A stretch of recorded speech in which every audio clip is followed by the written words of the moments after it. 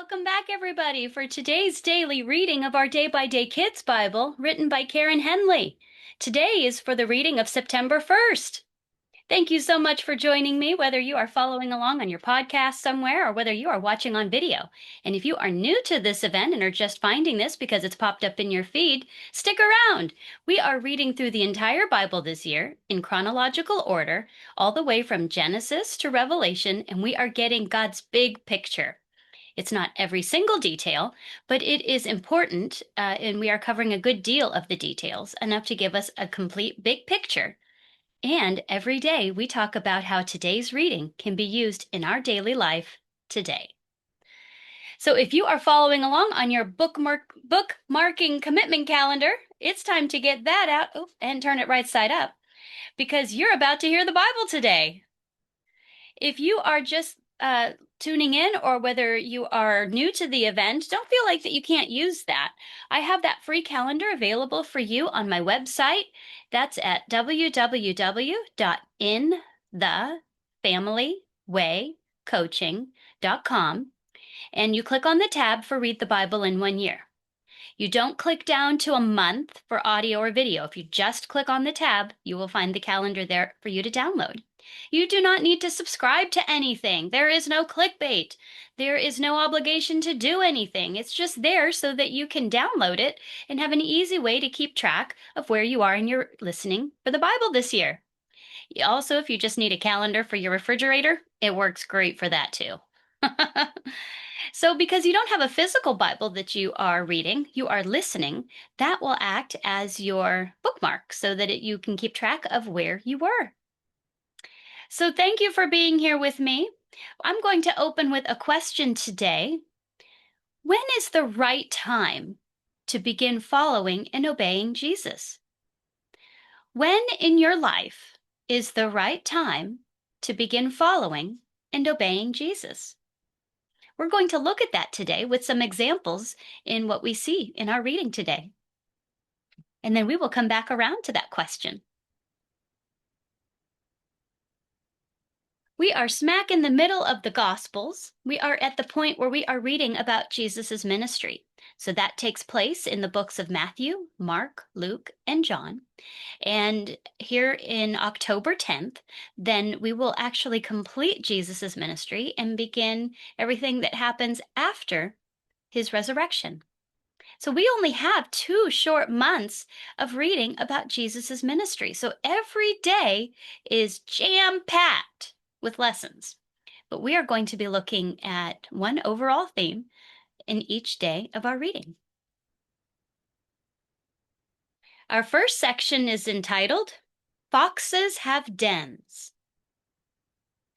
A teacher of the law came up to Jesus, and this teacher knew God's law. He said, "I will follow you anywhere you go." "Foxes sleep in dens," said Jesus, "and birds sleep in nests, but I do not have a place to sleep." Jesus meant that he did not have one centralized area for his missionary, but he was always traveling around. Jesus told another man, "Follow me." But the man said, "Lord, let me wait. I can't come until my father grows old and dies." Jesus said, "Let people whose love for me is dead wait for that. You need to follow me. Tell other people about God's kingdom." Another man said, "I will follow you, Lord, but first I want to have some time with my family." Jesus said, "You are like a farmer. He was getting his field ready for planting, and he looked back and wished he had just stayed home." Anyone who thinks that way is not ready to serve in God's kingdom. The sun began to go down. "Let's go across the lake," Jesus told his friends. So they got into a boat and they left the crowd of people. But some other boats went with him. But a roaring storm blew in. Waves crashed over the boat and water almost filled it. And all this time, Jesus was in the back of the boat sleeping on a pillow. Now, Jesus' special friends woke him up. "We're about to die in this water, and don't you even care?" they asked him. Jesus got up. He spoke firmly to the wind. He spoke firmly to the waves. He said, "Be quiet. Be still." Then the wind died down and everything became still. Jesus looked at his friends. "Why are you so scared?" he said. "Could it be that your faith is still very small?" Jesus' friends were afraid. They said to each other, "Who is this Jesus? The wind obeys him, and the water obeys him." Jesus and his friends landed their boat, and Jesus got out. A man came up to meet him. This man was controlled by a bad spirit. He lived by the graves where the dead bodies were placed. No one could control him. Many times people put chains on his hands and feet, but he just tore the chains off, and no one was strong enough to hold him down. This man would shout loudly around the graves and the hills. Every day and every night he would call out, and he would use stones to cut himself. But this man saw Jesus a little way off, and he ran to Jesus. Jesus said, "You bad spirit, come out of this man." And the man fell down in front of Jesus, and he shouted as loudly as he could, "Jesus, Son of God Most High, what do you want with me? Please promise you won't hurt me." And then Jesus asked the spirit, "What is your name?" "Many," answered the spirit. "There are many of us." And the spirits begged Jesus not to send them out of that land. Now, pigs were eating on a hill nearby. "Let us go into the pigs," said the bad spirits. So Jesus let them go into the pigs. Now, there were about 2,000 pigs, and the spirits went into them. Then all the pigs ran down the hill, they jumped into the lake, and they drowned. The people who had been taking care of the pigs saw this. They ran to the town right away, and they told everyone in the town what had happened. The people went out to see it for themselves. So it wasn't long before they reached Jesus, and there was the man sitting with Jesus. He had been controlled by bad spirits, but now he was dressed, and his mind seemed to be working just fine. The people were scared. They begged Jesus to leave their land, and the man asked if he could go with Jesus. "Go home to your family," said Jesus, "and tell your family what God did for you. Tell them about God's kindness." So the man went home. He told people what Jesus had done for him. People were very surprised. And that is the end of our reading today. So, in the beginning of our reading, we saw that there were people who claimed that they would follow Jesus, but they needed to do things. And the first man said, "I'll follow you wherever you may go." Now, that man did not end up following Jesus because Jesus did not have a home based ministry. He was always on the move. So it turns out that that man did not follow Jesus, or the accounts would say so. Then there was the two different men actually, who said that they wanted to follow Jesus, but there were things that they needed to do first. And then we come to the end, where a man was saved from many legions of evil spirits who had been taking up residence within him. And he wanted to follow Jesus. But in this case, Jesus said, "No, you go home and you tell your family and your friends about what God did for you. Tell them about God's kindness." And he obeyed. So he really was following Jesus and obeying Jesus at that time because he did what Jesus told him to do. He was a witness. That is what we have spoken about many a time in our reading this year.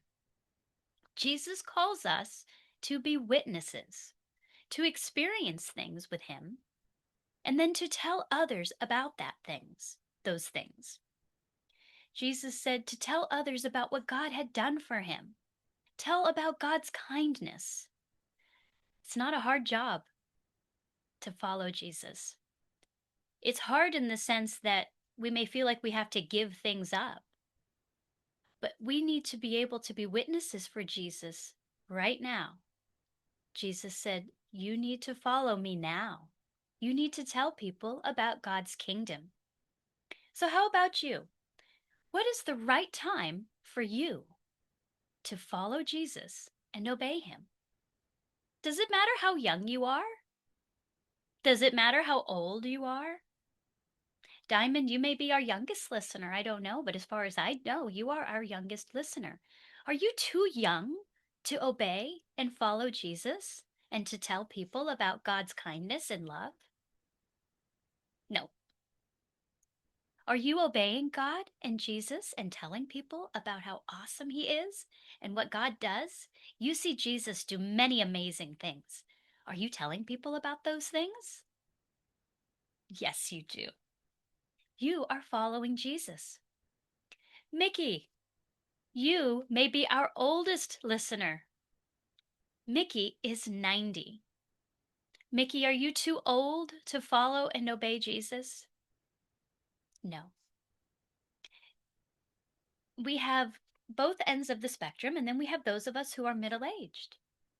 And it is never too late, too early to learn to start following Jesus. But however old you are when you come to Jesus, the time is now. The future is now. We need to follow Jesus now in our lives. If you are just coming to a grace in Jesus, then it's important that you learn to follow him from the beginning and know that we need to tell people about God's kindness and what he has done. We need to tell people about God's kingdom. Jesus says that anyone who wants to look back is not ready to serve. We need to be sure that we are ready to serve. We need to put God first. God is supposed to be the most important one in our lives. And we've been talking about this year that if we put God's kingdom first, God takes care of everything else. And that is what we need to do first, is to put God and Jesus first. And then everything else will be taken care of. So I hope that you feel that God has lit your light today and that you are encouraged to tell people about God's kingdom, that you are encouraged to be a witness. I know that every single person out here has amazing stories to share with people. Well, who am I going to share them with, you say? Ask God to show you every day who he has put into your path, because he will bring people for you to witness to. We think of witnessing as just going door to door and knocking and saying, "Hi, can I tell you about Jesus?" And people can interpret that as being invasive. But when you are just having conversation with people in your day, then and someone says to you, "What is the first question everybody always says when you come across somebody?" "Hi, how are you?" That's when you have your opening opportunity. That's your knock, knock, knock. That's when you can say, "I am having a fabulous day. Let me tell you about what God did for me today." And then they have no choice but to listen. They asked you how your day was. I do that often. "How are you today?" "I am awesome. I am having the most amazing day. Let me tell you what God did today. I am having the most incredible experience with God. Let me share with you what happened. Let me tell you what God showed me. I was listening and this is what happened, and then this happened and that happened." Believe me, there are plenty of opportunities. How many people do you come across in your day where you say, "Hi, how are you today?" Every single one of those people are invitations for you to tell them something wonderful that God has done for you in your life, to share about God's kindness and God's love. And I like to end the conversation with, "And you know what? He'll do the same things in your life too." That way, people don't just feel like this is something that happened to you only. This is something that can happen for them too. So I hope that you find that encouraging, and I hope that you feel God has lit your light today. Let's take our lights and shine them high up on the hill. Let's reach down and click that light button. Let's share it with somebody so we can spread the word about reading God's word today, so that other people know that today is the day to follow Jesus and to tell somebody about something wonderful God is doing for you in your life. So I hope you have a fantastic rest of your day, no matter what day you are listening and following along on your daily commitment calendar.